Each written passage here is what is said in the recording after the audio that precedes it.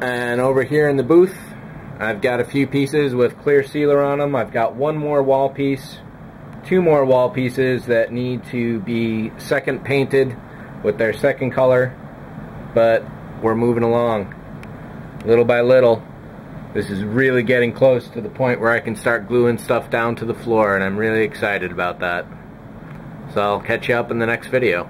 So at this point I've got a few more pieces I have to mask off, mainly those wall struts, and this piece here, it's that little communications console wall piece. And it turns out in the corrected instructions available as a PDF from the model company on their website is that this is all B color. It doesn't have the green stripe, which the green stripe should end here.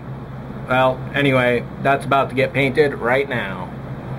And voila. I should have sanded off that front a little. I can see where the green stripe was, the outlines of it. But I'm ready to go for it. As the scale model addict himself would say, or perfection is not the goal, completion is.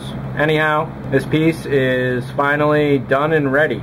Okay, so for the record, rubber is number 1183. As I was saying, it was a really nice, dark, and rich brown. Now, one thing I noticed after I painted this is that the sealer seems to have done something. It's enamel gloss Rust-Oleum, just like the matte sealer I've been using, Painter's Touch, and you can clearly see here that something really crazy happened while it was curing. Originally was bad here, then finally it started showing up over here, and now it's actually all the way up to this rim. I was thinking I'd keep it because it kind of looks like the scuffing on the floor that actually occurred when all the actors were walking around, but I'm gonna get rid of it. Fortunately, I have a second mask that I cut at the same time I cut the first one, so this is pretty much gonna be it. Either it works now or it doesn't work at all. I had let this paint cure for about 12 or 15 hours. In this case, I'm going to let it go for at least 24 to 36. I'll get back to it by the weekend. Today is just Tuesday. So yeah, maybe Thursday or Friday actually I'll get back to it.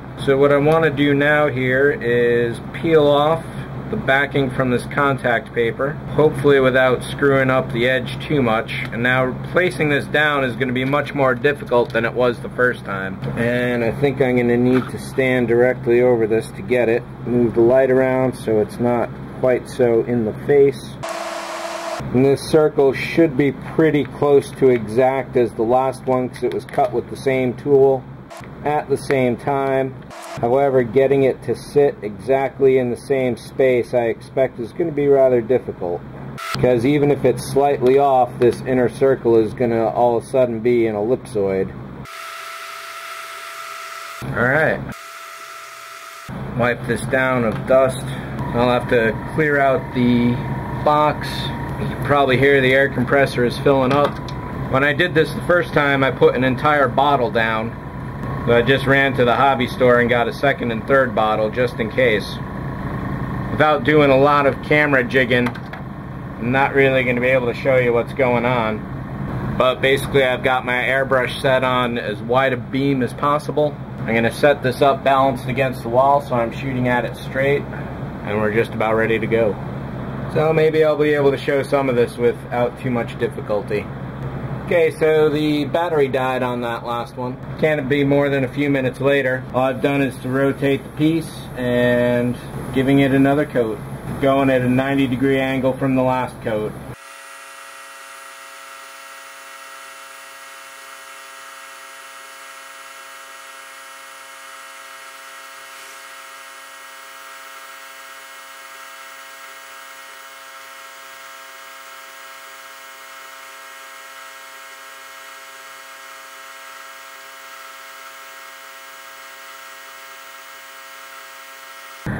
And we'll just go for one more pass.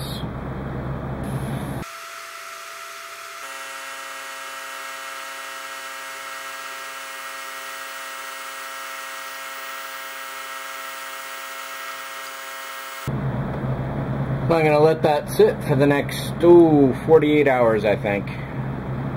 I will pull up that center vinyl mask before I get too much further though. My airbrush was acting a little cloggy, so I'm going to soak it in thinner for a little while. and I'll catch up with you in a little bit.